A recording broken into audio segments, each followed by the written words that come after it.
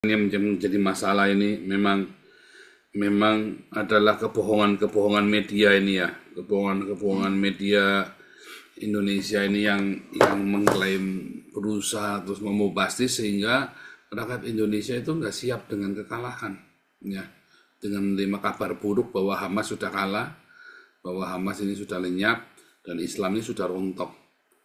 Sementara dunia sudah lari kemana, Indonesia masih stuck begini aja nih. Ya kan? Sementara di Belanda ya kan sekarang ya eh, partai sayap kiri menang, partai sayap kanan menang, Geert Wilders menang. Di Inggris ya Nigel Farage menang. Di Prancis Macron lagi di demo tiap hari, ya kan? Udah Islam sudah selesai. Begitu diambil sama partai kanan semua udah selesai.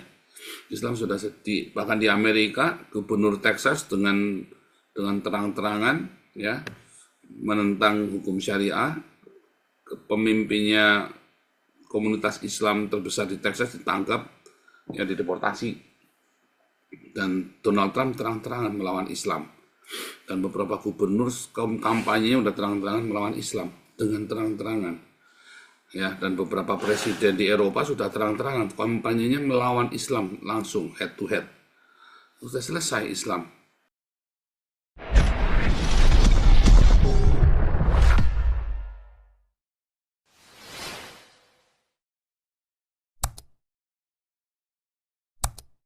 Topik tersendiri Pak Paul, panjang lagi itu analisisnya nanti gitu.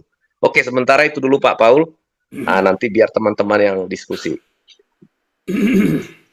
Ya, sekarang yang menjadi masalah ini memang adalah kebohongan-kebohongan media ini ya, kebohongan-kebohongan media Indonesia ini yang mengklaim berusaha terus membastis sehingga rakyat Indonesia itu nggak siap dengan kekalahan, ya, dengan menerima kabar buruk bahwa Hamas sudah kalah, bahwa Hamas ini sudah lenyap dan Islam ini sudah rontok. Sementara dunia sudah lari kemana, Indonesia masih stuck begini aja nih.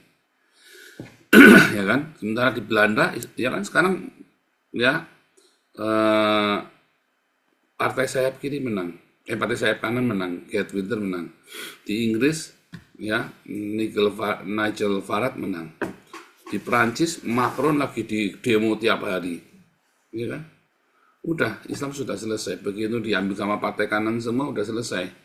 Islam sudah sedih. Bahkan di Amerika gubernur Texas dengan terang-terangan ya menentang hukum syariah, pemimpinnya komunitas Islam terbesar di Texas ditangkap, ya dideportasi, dan Donald Trump terang-terangan melawan Islam, dan beberapa gubernur kampanye udah terang-terangan melawan Islam dengan terang-terangan, ya, dan beberapa presiden di Eropa sudah terang-terangan kampanyenya melawan Islam langsung head to head. Sudah selesai Islam, ya, karena Islam di sini ilegal semua. Kalau sampai terjadi, kalau mau nekat ya bisa berdarah-darah, benar-benar bisa berdarah-darah, karena ya Islamnya yang menantang ingin merusak peradaban dunia. Itu yang jadi masalah sekarang, ya. Lanjut. Ya, jadi gini Pak Paul. Jadi artinya peristiwa Gaza ini itu membuka semuanya. Kalau dulu orang-orang di Eropa ini itu menganggap bahwa ideologi sebelah ini adalah salah satu kayak apa ya, ajaran-ajaran yang sangat indah dari Timur Tengah gitu ya, yang mengajarkan kebaikan. Tetapi apa yang terjadi terakhir ini, ya ideologi ini membuka wajahnya sendiri. Akhirnya jadi bukan sesuatu yang menarik lagi bagi orang-orang Barat, malah menjadi beban gitu ya. Malah menjadi momok yang menakutkan gitu. Kalau kalau kita lihat bagaimana penolakan masyarakat terhadap terhadap apa terhadap imigran-imigran yang masuk dari Timur Tengah maupun dari Afrika Utara maupun dari India dan Pakistan ini. Jadi jadi ini membuka semuanya, tetapi memang sedikit agak terlambat. Nah, ini dibutuhkan ketegasan dari pemerintah-pemerintahan yang selama ini sudah disuap oleh uangnya Qatar dan negara-negara sebelah ini kan, sehingga mereka memberikan keleluasaan bagi imigran itu untuk masuk dan berkuasa, bahkan menggunakan pajak pajak rakyat Eropa sendiri untuk kehidupan mereka. Nah, di satu sisi negara-negara Eropa mengalami penurunan penduduk. Tadi saya lihat data-data Rusia juga mengerikan, Pak Paul. penduduk Rusia itu turun sekali jauh, apalagi sejak perang dengan Ukraina ini. Jadi yang negara-negara Eropa Barat juga mengalami hal yang hampir-hampir mirip lah. Tetapi bukan berarti dengan solusi begitu imigran didatangkan sebanyak-banyaknya, kemudian nanti mereka akan dijajah oleh ideologi abad ke-7 ini, kan gitu kan. Bukan seperti itu juga solusinya gitu. Nah, dan kelihatannya ini adalah masa-masa kelam bagi kelompok-kelompok kiri, leftis, homo, LGBT dan apa namanya, dan orang-orang liberal yang selama ini mereka menang dengan menggunakan uang dari negara-negara sebelah ini dan juga menggunakan penduduk. Sekarang ini mereka nggak akan mungkin menang lagi, Pak Paul. Ya, secara politik kedepannya kelompok-kelompok kiri akan kalah di Eropa dan di Amerika juga Demokrat juga akan kalah. Kenapa? Ya perlu seseorang yang berani berpidato terang-terangan membuka semuanya seperti Donald Trump di PBB kemarin. Kalau nggak ada dia yang pidato dan berani menampar pimpinan negara-negara Eropa, nggak bakal sadar-sadar, Pak Paul. Jadi sekarang ya Eropa mau tidak mau sadar karena sekarang apa yang dilakukan oleh para pemimpin negara-negara di Eropa ini sudah bertolak belakang dengan masyarakat di grassroots-nya, masyarakat Eropanya, pembayar pajaknya yang ingin Eropa itu tetap memegang teguh nilai budaya Judeo-Kristiani. Tidak ada budaya-budaya Timur Tengah abad ke-7 di Eropa karena Eropa adalah Kristendom yang menganut nilai budaya Judeo-Kristian. Meskipun Eropa itu adalah negara yang toleran, tapi dia tidak bisa dipaksakan harus menerima ideologi yang dipaksakan yang bukan merupakan value-nya Judeo-Kristiani. Kira-kira begitu pemikiran mainstream-nya masyarakat Eropa secara keseluruhan. Kira-kira begitu, Pak Paul. Silakan, Pak Paul. Oke, siapa mau lanjut silakan ya.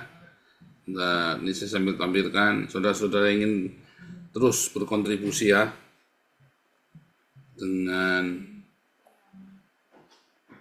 ya gimana caranya nih.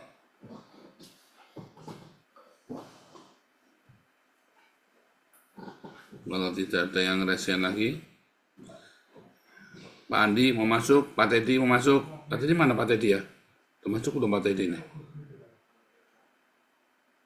Oh ini ada Pak Teddy. Oke, Bu Dora silakan. Sebelum saya bertanya, saya bersyukur ya karena Austria sudah menutup itu seperti di Salzburg ya, kamp pengungsi itu ya, sudah masuk ke pemerintahan, ke pengadilan untuk penampungan ya hari ini ya. Jadi sudah ada di Austria, sudah berlaku di sini. Kalau mereka yang sudah menjadi warga negara sini, semua yang menganut agama Islam dilarang, dimanapun saja dilarang memakai kerudung. Ya, kalau mereka membantah, mereka dipulangkan. Ya, sudah berlaku. Lalu mengenai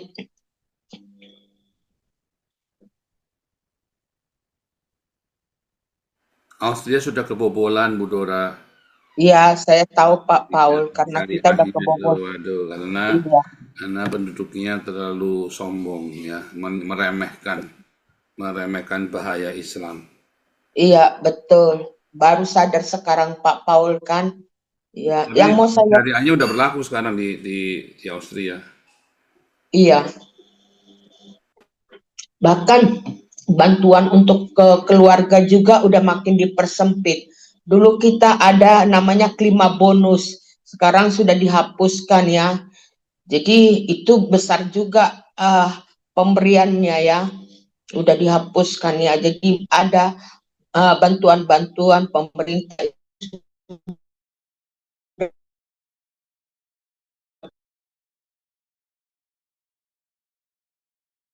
di sini Pak.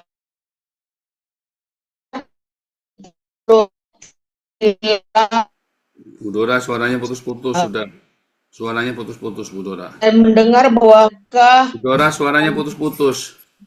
Bu Dora jangan saya mau jangan lari, tanya. jangan jalan-jalan Oke, dengar, kemana-mana. Pak. Suaranya putus-putus Bu Dora. Oke Pak Teddy dulu deh Pak Teddy. Soalnya Bu Dora suaranya putus-putus jalan-jalan tuh soalnya. Jadi dari tadi putus-putus saya panggil-panggil nggak dengar Bu Dora. Pak Teddy silakan. Ya,